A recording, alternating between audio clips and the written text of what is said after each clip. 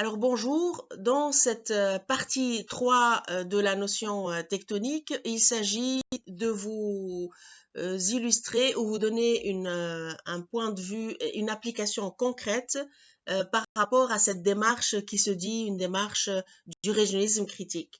Donc ce projet est le projet OFAR qui a été réalisé par notre agence d'architecture Cardboon Design à Médoune, Gerba, et ce projet, nous le considérons comme étant réalisé dans une optique de régionalisme critique que je dirais située, dans la mesure où c'est un régionalisme critique qui réfléchit par rapport au contexte donc tunisien. Alors, dans ce projet qui est né suite à un appel d'offres lancé l'année 2018 et auquel nous avons été lauréats. Et c'est un projet qui est co-monté, co-conçu entre le bailleur de fonds UN Habitat, une association Tionarouz installée à Gerba et la municipalité. Donc c'est un projet participatif et c'est dans cette optique-là que c'est intéressant parce qu'il peut être il y a une dimension scalable dans ce projet dans la mesure où il peut être répété. D'ailleurs, on voit qu'il y a des projets qui sont montés aujourd'hui en Tunisie dans certains arrondissements, certaines municipalités, un petit peu dans cet esprit-là participatif où il y a une réaménagement d'espaces délaissés ou des des vides urbains, etc., comme dans le cadre du projet OFAR. Aussi parce que l'association, suite à nos discussions, etc., l'association a pensé à intégrer l'avis et les besoins de la population dans la démarche de montage du programme du projet. Et donc, il y a eu des événements qui ont été créés comme des ateliers Minecraft avec les jeunes, les enfants du quartier environnant, qui est un quartier, disons, défavorisé. Donc, il y a eu un esprit d'intégration sociale, d'intégration du perçu social et des besoins de la société qui habite ce quartier-là dans ses différents c'est-à-dire caractéristiques, les jeunes, les moins jeunes, etc. Et ce qui nous a permis, nous, de traduire ça en un programme potentiel. Donc, les outputs de cet échange avec la population nous a permis de définir le programme définitif. Des extraits d'images de l'atelier Minecraft qui a été fait avec la population locale environnante de ce terrain abandonné qui à l'origine était un terrain est un manège pour enfants mais qui a été totalement délaissé, et cette assise foncière donc est gérée par la municipalité de Médoune. Donc, vous voyez les images, donc les enfants ont dessiné dans leur demande, il y a le terrain multisport. Pour les personnes âgées, ils ont demandé un terrain de pétanque, un espace vert pour les mamans qui accompagnent leurs enfants, etc., etc. C'est ce qui a donné quelques esquisses, nous a permis justement de construire dessus un programme fonctionnel et un programme éco-responsable. Ça, c'est le plan masse qui a été fait par notre agence. Donc, vous voyez, il s'agissait de créer un poumon vert dans lequel on intégrait un petit peu les fonctions et les besoins qui ont été demandés par la population, créer un espace qui puisse être un espace de formation, de réunion, de rencontres, etc. Mais aussi un espace où les jeunes peuvent venir se rencontrer, faire des jeux de société, des manifestations, des expositions ou des projections de films, etc.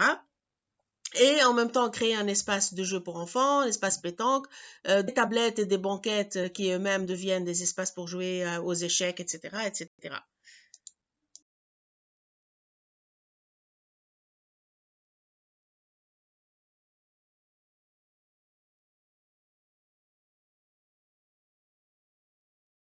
Dans le cadre de ce projet plusieurs cycles de formation pour justement inciter et sensibiliser les habitants et sensibiliser aussi la communauté locale sur l'architecture écologique et l'architecture éco-responsable, qu'il est possible aujourd'hui de construire avec les matériaux locaux, avec des matériaux durables et avec une architecture aussi qui s'imprègne d'une certaine esthétique et d'un certain savoir-faire local, tout en ayant des bâtiments qui soient économes, énergétiquement, etc. Donc la première formation s'est faite sur justement la brique de terre comprimée, le BTC de chez Swab. La deuxième formation s'est faite sur le béton cellulaire et la technicité du béton cellulaire. La troisième formation s'est faite sur les voûtes, la technique de voûte jrida, c'est-à-dire la voûte en épi de poisson. Et la quatrième sur le liant hydraulique de Tela, c'est-à-dire l'enduit avec lequel nous avons réalisé donc le bâtiment, l'enduit à la chaux de NHL de Tela.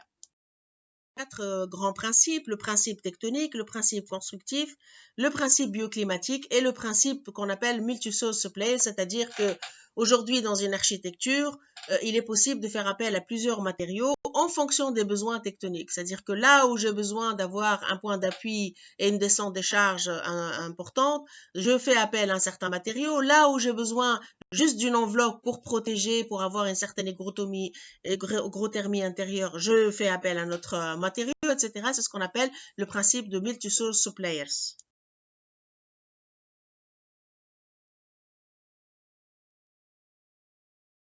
Tectonique, donc nous faisons partie de ceux qui pensent que aujourd'hui il est possible d'avoir une architecture locale qui emprunte à l'architecture ancienne de nos ancêtres le principe, le sens de cette architecture constructive, mais en la réinterprétant selon les besoins contemporains, comme l'a fait par exemple Marmé lors de la période de reconstruction. Marmé est une référence assez intéressante, mais qui n'a pas été capitalisée de ce point de vue-là, c'est-à-dire du point de vue de la culture constructive. Et nous pensons que Marmé est un régionaliste dans la mesure où il a essayé de faire avec l'architecture locale de répondre à une fonctionnalité et des besoins de son époque. Donc, vous voyez, la question de la voûte sur voûte, c'est à réinterpréter à sa manière Marmé, eh bien, c'est une architecture et c'est une tectonique qui existe dans nos bâtiments ancestraux, notamment en Shneni Tatawin, dans les grottes de Shneni Tatawin, etc. Une lecture contemporaine et critique par rapport à cette tectonique de la voûte qui n'est pas un système constructif figé comme certains peuvent le penser. La technique de la voûte, c'est une technique qu'il faut comprendre, c'est un système constructif aussi qu'il faut comprendre pour pouvoir le réinterpréter et pour pouvoir l'adapter en fonction des besoins. Alors, dans notre projet, le principe constructif adopté, c'était les murs porteurs comme la technique de l'opus africanum qui existe chez nous, qui existait chez les Romains, etc. Donc, avec le mur porteur, les appuis porteurs en BTC et la voûte, le principe de la voûte en épi de poisson, comme vous le voyez à gauche. Donc, les murs porteurs en opus africanum, vous le retrouvez dans les différentes archéologies, que ce soit à Boulé Regia en Tunisie, à Douga, à Pompéi en Italie, etc. Donc, c'est ça le principe des appuis murs en appui porteur. Pourquoi l'utilisation de la voûte comme couvrement? Parce que la voûte a un comportement mécanique, qui est le comportement de l'arc, qui est un comportement qui travaille à la compression, qui est résistant et qui est rapide à exécuter et qui peut adopter différentes géométries. Et là, on l'a montré dans OFAR que ça pouvait on pouvait, c'est-à-dire faire de la voûte des géométries variables et qui pouvaient être adaptées par rapport aux espaces. Et aussi la voûte en opus spicatum, c'est une voûte qui a existé chez plusieurs civilisations, que ce soit chez nous ou en Italie, en Espagne ou en Iran, etc. Donc c'est une technique qu'il faut connaître, qu'il faut comprendre pour pouvoir la réinterpréter, l'adapter en fonction des besoins. Nous avons utilisé cette technique-là pour plusieurs projets, y compris pour le projet au lac de Tunis, donc cette technique de l'opus spicatum, pour couvrir des voûtes de 7,60 m sous clé, de 14 mètres de diamètre, sans point d'appui. Donc vous voyez que c'est une technique qui permet de faire de grands ouvrages, qui est rapide, qui coûte pas cher, qui est une technique qui est aussi maîtrisée par certains maîtres maçons spécialisés dans cette technique, comme le maître maçon Selam Gouba. Cette accumulation du principe à la fois constructif et tectonique, c'est-à-dire faire appel à des techniques anciennes pour les réactiver, les utiliser pour dans ce projet-là. Il y a aussi le principe donc constructif, on fait appel au principe constructif de la voûte Jrida, du principe constructif de l'opus spicatum, de l'opus africanum, et il y a le principe bioclimatique pour justement faire en sorte que ces matériaux et ces techniques œuvre dans le but d'avoir un bâtiment bien aéré, un bâtiment qui soit sain, avec des matériaux sains, qui respire, etc., qui soit bien ventilé, donc le volume soit bien ventilé, il est réfléchi de façon à ce qu'il puisse y avoir une ventilation basse, haute, etc. Les matériaux locaux, donc le principe de l'écologie, c'est avant tout un impact carbone réduit. Et pour avoir un impact carbone réduit, il faut que les matériaux soient le plus possible biosourcés, donc une industrie locale. S'il n'y a pas d'industrie locale, minimiser les transports, et les matériaux en eux-mêmes doivent être aussi des matériaux sains à base de terre, à base de chaux, etc., comme le bloc de terre comprimé, la chaux, là vous voyez la chaux hydraulique, le plâtre pour l'enduit intérieur pour avoir un espace bien hygrothermiquement intéressant, et éventuellement faire appel aussi au béton cellulaire lorsque cela est nécessaire, parce que le béton cellulaire aussi a un excellent lambda et en plus d'être léger comme matériau.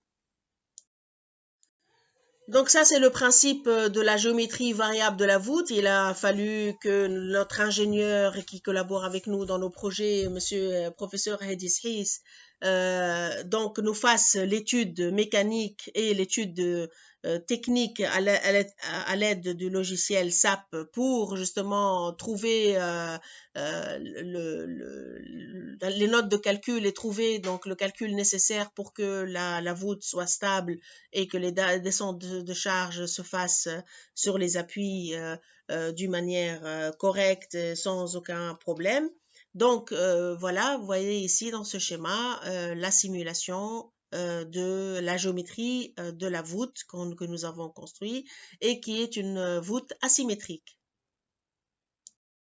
L'œuvre de la voûte était très complexe parce que le fait qu'elle soit asymétrique et avec un diamètre assez important était un peu complexe pour le maître maçon, dans la mesure où le maître maçon, ce qu'il lui faut, ce sont des tympans, et généralement les tympans sont symétriques pour qu'il puisse tirer ses cordeaux sans aucun problème. Dans ce cas de figure, c'était difficile d'avoir des tympans puisque on est dans la symétrie. Donc, il a fallu passer par toute une ingéniosité de mise en œuvre sur chantier avec des plaques en bois pour pouvoir lui tracer donc les tympans fictifs, et c'est d'ailleurs assez compliqué d'expliquer tout ce principe par lequel nous sommes passés pour pouvoir aider le maître maçon à tirer ses cordeaux et à construire donc sa voûte.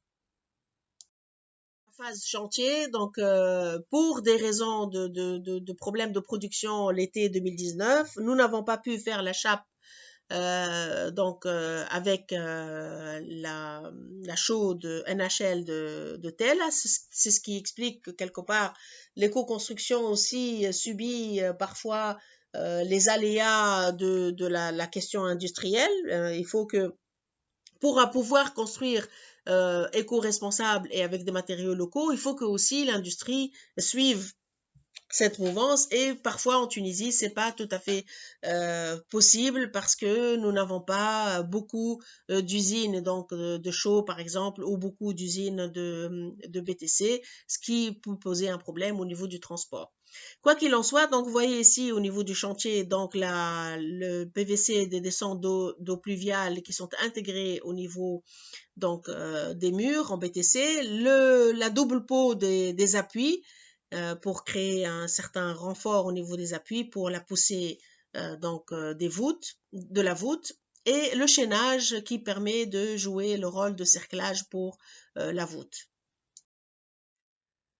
Donc là, au milieu, vous voyez un petit peu le subterfuge par lequel nous sommes passés pour corriger le tympan afin que le maître maçon puisse tirer ses cours d'eau puisque la voûte était asymétrique et c'était assez complexe pour lui. Donc voilà, vous voyez donc sur les images les cours d'eau à partir desquels le maître maçon peut commencer à monter ses briques de 6 trous et pour donc réaliser son couvrement, le couvrement de la voûte. Donc là, vous voyez le couvrement réalisé, la voûte qui est réalisée. Pareil pour la chape de protection qui normalement peut se faire avec de la chaux. Nous avons donc eu de la même manière eu un problème au niveau donc de l'usine qui a arrêté sa production l'été 2019 et nous devions terminer le chantier. Donc ça fait partie des aléas du chantier et du projet. Donc nous n'avons pas pu faire cette chape-là avec de la chaux. Quoi qu'il en soit, c'est une petite couche de chape qui permet justement de stabiliser et de protéger la voûte. Donc l'enduit à la chaux NHL de Tela, donc la chaux hydraulique, qui a une couleur beige. Nous voyons aussi le puits qui a été réalisé, la citerne qui a été réalisée selon la technique traditionnelle encore existante et encore à laquelle on fait encore recours à Jerba pour la récupération de l'eau de pluie à travers donc avec les descentes d'eau pluviale qui sont dans les reins de voûte. Pour le revêtement, nous avons fait appel donc aux déchets de marbre, à la technique des déchets de marbre. Donc nous avons posé selon un travail de calpinage avec le choix de différentes dimensions de calpinage pour avoir un effet mosaïque. Ce qui est intéressant, c'est que c'est local et en même temps, c'est pas cher du tout parce que ça valorise un petit peu, ça rentre dans le projet de valorisation des déchets de marbre en Tunisie parce qu'aujourd'hui, nous avons beaucoup de déchets, que ce soit Gafsa, Tela, etc. Et ce sont des déchets qui ne sont pas valorisés, c'est-à-dire qui ne sont pas réemployés ou recyclés dans d'autres formes de construction. Et nous avons voulu, dans le cadre de ce projet, montrer qu'il était possible donc de faire appel à ces techniques-là qui coûtent pas cher, qui sont locales et qui permettent justement de valoriser les déchets locaux de marbre locaux en Tunisie. Donc, pareil pour la question de récupération des eaux de pluie, qui est une dimension très importante aujourd'hui, sachant que la Tunisie est dans une sécheresse aride et qui a une menace donc de carence d'eau dans les années qui viennent.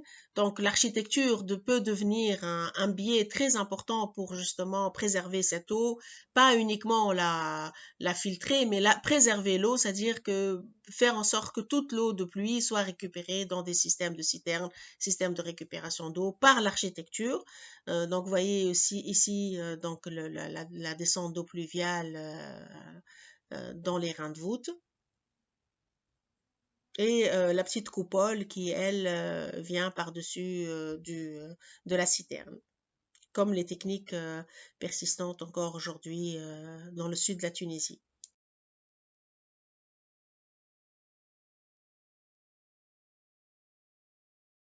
Donc là, c'est la phase avant finale donc, du projet. La voûte, le complexe voûte a été protégé, enduit et ensuite peint. Le bâtiment a été enduit et peint, pose de tout ce qui est fenêtres en acier pour la protection vous voyez donc l'architecture qui est la voûte n'est pas visible de l'extérieur, donc c'est une voûte qu'on peut percevoir de l'intérieur, qu'on vit de l'intérieur, mais de l'extérieur, nous avons voulu donner cet effet d'architecture ibadite, d'architecture locale, avec sa monumentalité, avec ses contreforts, qui participent à la fois de son esthétique, mais qui ont essentiellement aussi un rôle tectonique pour assurer la descente des charges de la voûte. Le projet est finalisé et avant l'inauguration d'avril 2019, donc là c'est des images de janvier 2019 lorsque le projet a été planté, protégé avec la clôture, etc. Tout a été posé, la serrurerie, les portes, les baies, etc. Tout a été posé, l'aluminium et tout a été peint, donc avant l'inauguration. Vous avez un aperçu de la voûte extérieure-intérieure. Donc là, vous voyez que de l'extérieur, on ne voit pas la voûte, mais de l'intérieur, c'était un choix.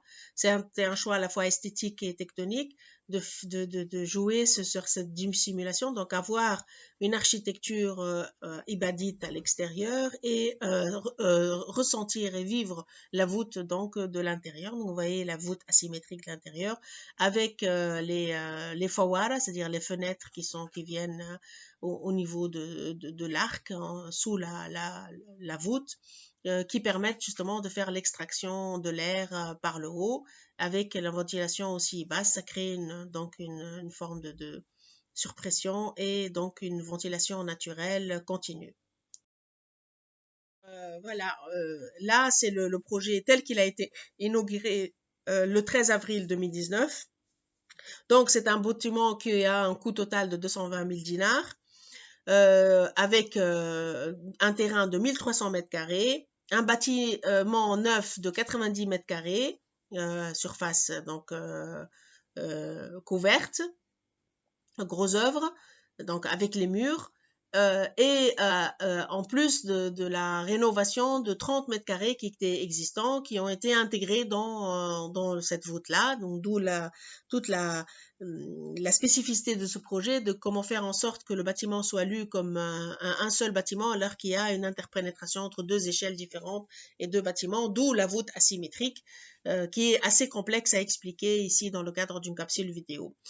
Donc, ce bâtiment avec un terrain de sport multisport, avec un terrain de pétanque, avec une pépinière qui va être gérée par une autre association, avec un aménagement paysager, c'est-à-dire des plantes qui vont probablement donner forme dans un an ou deux, etc., etc. Donc, avec un espace aussi pour le jeu d'enfants, avec une trampoline, etc., etc.